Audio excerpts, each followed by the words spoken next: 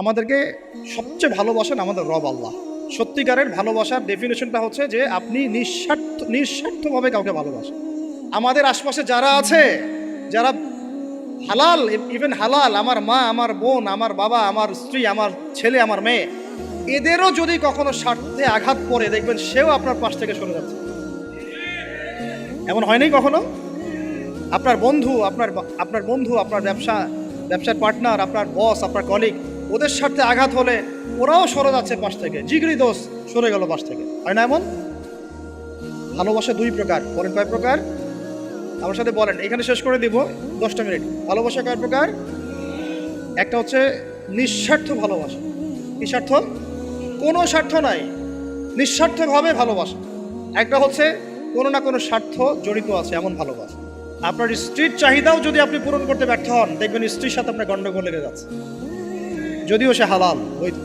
তাই না? এমন হয় না অনেক সময়? আমি তো অনেকদিন বলেছি, অনেকদিন আগেও বলেছি, 5 বছর 6 বছর আগে, যে মানুষ আসলেই মানুষের অবস্থানকে মূল্যায়ন করে।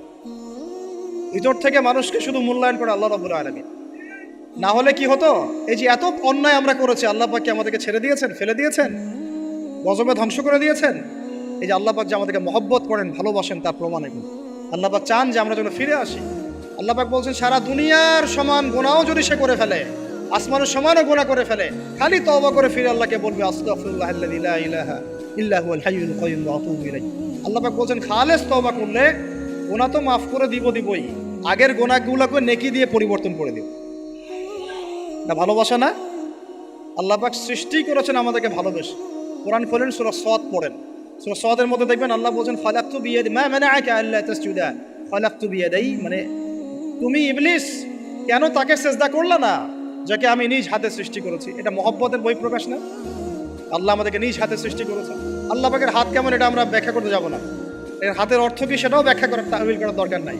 কোরআনে আসছে যেভাবে সেভাবে আমরা ঈমান রাখবো, ঠিক আছে ভাই? এখানে আবার অনেকে অনেক তালগোল পাকায় ফেলে এবং বিভ্রান্ত হয়ে যায়, এদিকে যাওয়ার দরকার নেই। এখানে বোঝানো হচ্ছে আল্লাহ রাব্বুল আলামিন আমাদেরকে মহব্বত করে সৃষ্টি করেছে। এই পুরো সৃষ্টি জগৎটাই তো আল্লাহর মহব্বতের বহিঃপ্রকাশ। সবকিছু এত নিপুণভাবে চলতেছে, এটা মহব্বতের বহিঃপ্রকাশ না? আমি আপনাদেরকে নিয়ে যদি কোনোদিন কক্সবাজারের সৈকতে তারা দেখাতে পারতাম, তাহলে আমি বুঝাইতে পারতাম আপনাদেরকে যে এই মহাবিশ্বটা ঠিকই আছে কিন্তু। তারার মধ্যে একটা গাণিতিক ক্যালকুলেশন আছে যেটা সবাই জানে না। যারা একটু অ্যাস্ট্রোনমি নিয়ে পড়াশোনা করেছে তারা জানে। আপনার আপনার মানে মাথার বিবেকই উল্টায় যাবে যে এত সূক্ষ্মভাবে কিভাবে আল্লাহ রাব্বুল আলামিন এই মহাবিশ্ব সৃষ্টি করলেন। এক চুল এদিক ওদিক হলে পুরো বিশ্ব কায়নাত ধ্বংস হয়ে যায়। এটা কি আল্লাহ পাকের মহব্বতের পরিপ্রকাশ না? আল্লাহ পাক তো বরং বলেছেন পুরো সৃষ্টি পরিবারটাই আল্লাহর আল্লাহর পরিবারের অন্তর্ভুক্ত। সুবহানাল্লাহ। এমনকি আল্লাহ পাক আমাদেরকে বলেছেন, তোমরা জমিনবাসীর সবার উপর রহম করো। ইরহামু মান ফিল আরদ ইয়ারহামুকুম মান ফিস সামা। তোমরা সবার উপর রহম করো, দয়া করো। দয়া, রহম, এটা তো মহব্বতের একটা অংশ।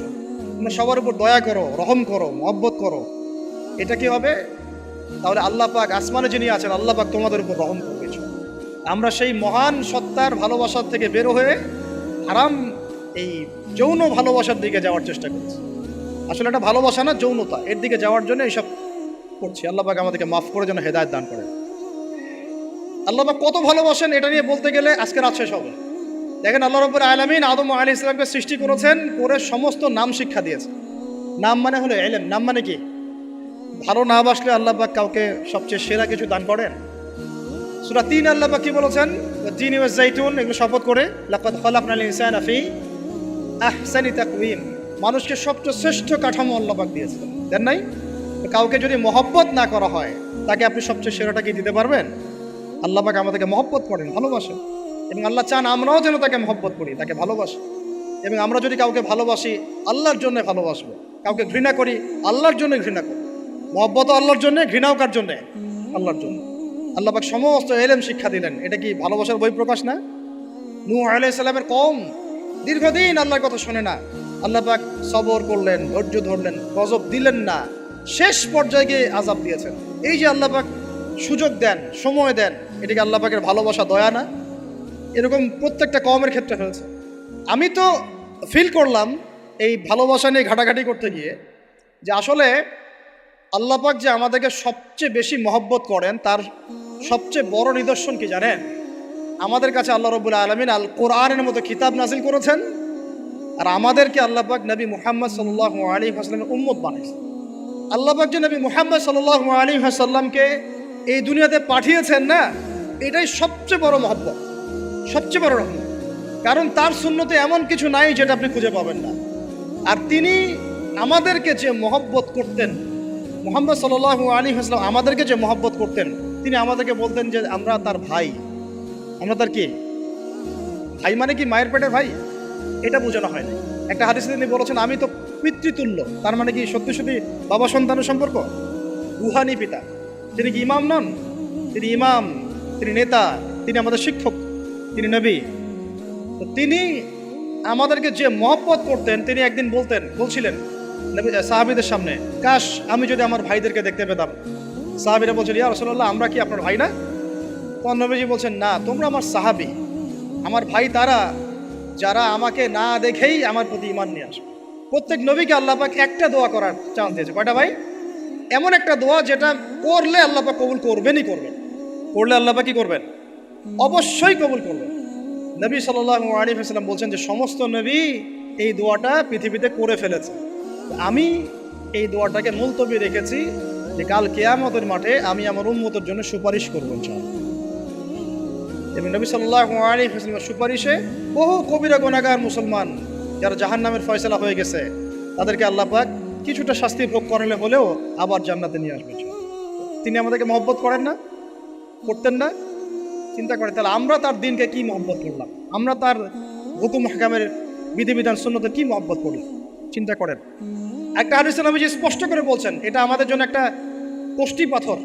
এটা একটা কি কষ্টি পাথর। তিনি বলছেন লা ইউমিনু আহাদুকুম, তোমাদের মধ্যে কেউ মুমিন হইতে পারবে না। কি হইতে পারবে না? মানে প্রকৃত মুমিন হইতেই পারবে না তোমরা। এ আমার উম্মত, তোমাদের মধ্যে কেউ প্রকৃত মুমিন হইতেই পারবে না যতক্ষণ না হাত্তা আকুনা আহাব্বা ইলাইহি মিন ওয়ালিদিহি ওয়ালাদিহি ওয়ান নাসি আজমাইন, যতক্ষণ না আমি মুহাম্মদ সাল্লাল্লাহু আলাইহি ওয়াসাল্লাম তোমাদের কাছে নিজের কি সন্তান, নিজের বাবা মা এবং সমস্ত মানব জাতির থেকে বেশি প্রিয় না হচ্ছে। আর এটা আবার বলি, নবীজি বলছেন কেউ ততক্ষণ পর্যন্ত প্রকৃত মুমিন হতে পারবে না যতক্ষণ না আমি মুহাম্মদ সাল্লাল্লাহু আলাইহি ওয়াসাল্লাম তার কাছে তার সন্তান, তার পিতা, এমনকি সমস্ত মানব জাতি থেকে বেশি প্রিয় না হচ্ছে। আমরা যারা আগামীকালকে এইটার প্রিপারেশন নিয়েছি, আসলে কি আমাদের কাছে নবী প্রিয় বেশি না আমাদের দুনিয়ার স্বার্থ বেশি প্রিয়? যারা এগুলো করবে তাদের কাছে কি সত্যি নবী প্রিয়? তাহলে তারা করতে পারতো না। যদি নবী আমাদের কাছে সবচেয়ে বেশি প্রিয় না হয়, আমরা মুমিন হতে পারছি না। আর যাদের কাছে নবী প্রিয় তারা কখনো এমন হারাম কাজে যেতে পারবে না। যারা যাচ্ছে তারা কখনোই নবীকে ভালোবাসেন না, কোশ্চিনকালেও না। শোনেন, ওমর রাদিয়াল্লাহু আনহুর নাম শুনেন নাই? বললে অনেক কথা ভাই, অনেক কথা, কোনটা রেখে কোনটা বলে। ওমর রাদিয়াল্লাহু আনহু একদিন এসে বলছেন খলিফাতুল মুসলিমিন, মুসলিমদের তিনি খলিফা। জান্নাতের সুসংবাদপ্রাপ্ত 10 জন সাহাবীর একজন। জান্নাতের সার্টিফিকেট পেয়েছেন পৃথিবীতে কয়জন সাহাবী? একটা হাদিসে একসাথে 10 জন। ওই 10 জনের অন্যতম একজন, যিনি এমন শাসন ব্যবস্থা পৃথিবীতে প্রতিষ্ঠা করেছিলেন যার মতো মিসাল এখন পর্যন্ত পৃথিবীতে আর দেখা যায় নাই। একটা হাদিসে আসছে যে রাস্তা দিয়ে ওমর হাঁটে ওই রাস্তা দিয়ে শয়তান হাঁটে না। কি বুঝলেন? শয়তান যদি দেখে ওই যে ওমর, ও আর ওই যাবেন ওই রাস্তা। এই হচ্ছে ওমর ইবনে খাত্তাব। আমার পরে কোনো নবী নাই। নবীজি বলছেন আমার পরে কোনো নবী নাই, লা নবিয়্যা বা'দি, আমার পরে কোনো নবী নাই। যদি হতো তাহলে ওমর হতো, যদি হতো তাহলে ওমর হতো। অন্য একটা হাদিসে আসছে আমার পরে কোনো নবী নাই, তবে তুমি আমার, এটা অন্য সাহাবী সম্পর্কে, আলী ইবনে আবি তালিব সম্পর্কে, তুমি আমার জীবনে তেমন মূসার জীবনে হারুন ছিল যেমন। এটা হচ্ছে আলী ইবনে আবি তালিব। এখানে কথা হচ্ছে ওমর রাদিয়াল্লাহু আনহুর মতো মানুষ নবীর কাছে এসে বলছেন সাল্লাল্লাহু আলাইহি ওয়াসাল্লাম, ইয়া রাসূলুল্লাহ ওয়াল্লাহি লা উহিব্বুক, আল্লাহর কসম করে বলছি আমি আপনাকে অনেক মহব্বত করি, ইল্লা মিন নাফসি, আমার নফসের চেয়ে বেশি না। মানে আমি আমার জানের চাইতে আপনাকে বেশি মহব্বত করি না। কথা কি বুঝতে পারতেন কি? মানে আমি আপনাকে অনেক মহব্বত করি ইয়া রাসূলুল্লাহ, সব কিছু থেকে বেশি মহব্বত করি, কিন্তু আমার নিজের জানের চেয়ে বেশি না। নবী সাল্লাল্লাহু আলাইহি ওয়াসাল্লাম বলছেন লা ইয়া ওমর, এখনো মুমিন হওনি ওমর। কাকে বলছেন? কাকে বলছেন? জান্নাতের সার্টিফিকেট প্রাপ্ত একজন মানুষকে লা ইয়া ওমর, এখনো হওনি। তখন নবী সাল্লাল্লাহু আলাইহি ওয়াসাল্লামকে তিনি একটু পরে আবার বলছেন ইয়া রাসূলুল্লাহ ওয়াল্লাহি আলান, এখন লা হাব্বা ইলাইয়া মিন কুল্লি শাই হাত্তা মিন নাফসি, এখন থেকে আপনি আমার কাছে সবচেয়ে বেশি প্রিয় সব কিছু থেকে, এমনকি আমার নফসের থেকেও বেশি প্রিয়।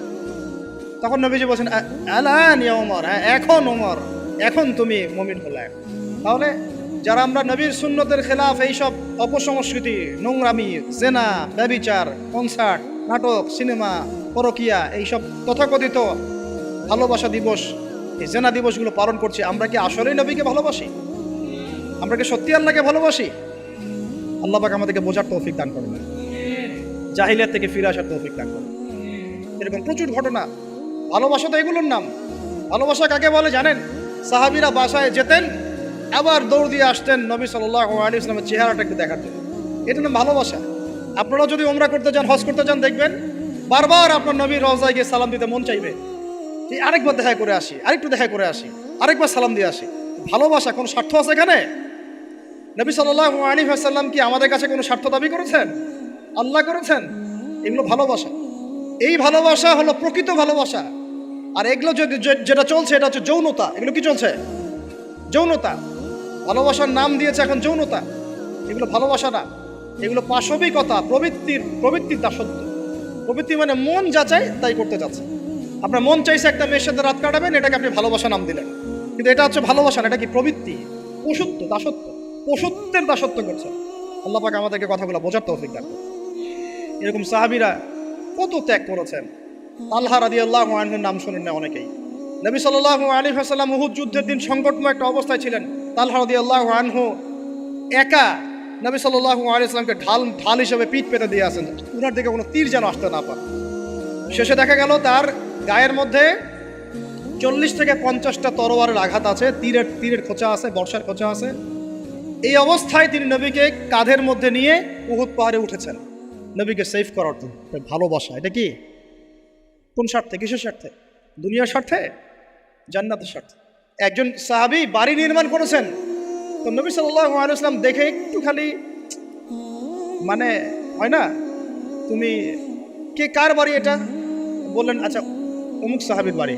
নবীজি একটু ভ্রু কুঞ্চিত করলেন, পছন্দ করলেন, কিছু মুখে বলেন নাই, মুখে কিছু বলেন নাই, খালি একটু অসন্তুষ্ট হয়েছেন, এক্সপ্রেশন দেখতে বোঝা যাচ্ছে।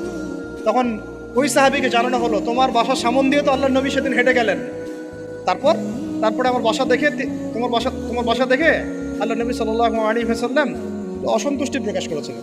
মুখে কিছু বলেন নাই, এক্সপ্রেশন ছিল একটু অসন্তুষ্টি। 3 দিনের মধ্যে সেই বাড়ি ভেঙে গুড়িয়ে দিয়েছে। যেই বাসা দেখে আল্লাহ নবী সন্তুষ্ট হন না, আমি বাসা রাখবই না। ভালোবাসা কিসের জন্য?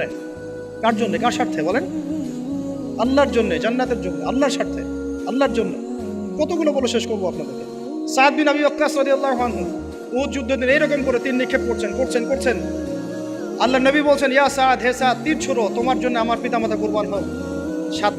আশপাশে 9 জন ছিল, তার মধ্যে একজন করে শহীদ হতে শেষে 2 জন বেঁচে থাকলো, সাদ বিন আবি ওয়াক্কাস, তালহা বিন উবাইদুল্লাহ রাদিয়াল্লাহু আনহু। এগুলো তারা কেন করেছেন? ভালোবাসার জন্য। ভালোবাসা এগুলোর নাম। কতগুলো বললে শেষ করবো আপনাদেরকে, বলেন। নবী সাল্লাল্লাহু আলাইহি ওয়াসাল্লামের কাছে একজন সাহাবী আসেন ইসলাম কবুল করতে এসে হাতের মধ্যে কিছু বালা, আংটি থাকে না, এগুলো ছিল, এগুলো খুলে ফেলে দিয়েছেন নবী সাল্লাল্লাহু আলাইহি ওয়াসাল্লাম, খুলে ফেলে দিয়েছে। তো একটা খুব দামি সোনার আংটি ছিল। ফেলে দেওয়ার পরে অনেকে বলছে, তুমি তো এখন মুসলিম হয়েছো, ইসলাম কবুল করেছো, তো আচ্ছা ঠিক আছে, ওইটা না হয় নবীজি পড়তে নিষেধ করেছেন, তুমি ওইটা নিয়ে বিক্রি করে দাও, বিক্রি করে না হয় ওই টাকা দিয়ে অন্য কিছু করো। তুমি বলছেন, কখনো না, আমার হাত থেকে আল্লাহ নবী খুলে একটা জিনিস ফেলে দিয়েছেন, আমি সেটা আবার নিতে যাবো? কিসের জন্য এগুলা? এটা ভালোবাসা, মহব্বত। আল্লাহ পাক এটাই কোরআনে বলছেন, কুল, আপনি হে নবী আপনি বলে দিন, ইন কুনতুম তুহিব্বুন আল্লাহ, তোমরা যদি আল্লাহকে মহব্বত করেই থাকো, আল্লাহকে সত্যিকার অর্থে ভালোবেসেই থাকো, ভালোবাসা দাবি করেই থাকো, ফাত্তাবিউনি, তাহলে নবীর আনুগত্য করো, ইউহিব্বুকুমুল্লাহ, তখন আল্লাহ তোমাদেরকে ভালোবাসবে, ওয়া ইয়াগফির লাকুম যুনুবাকুম, তোমাদের সব গুনাহ আল্লাহ মাফ করে দিবেন, আল্লাহু গফুরুর রহিম। এই হলো ভালোবাসা। ভালোবাসা মানে কি?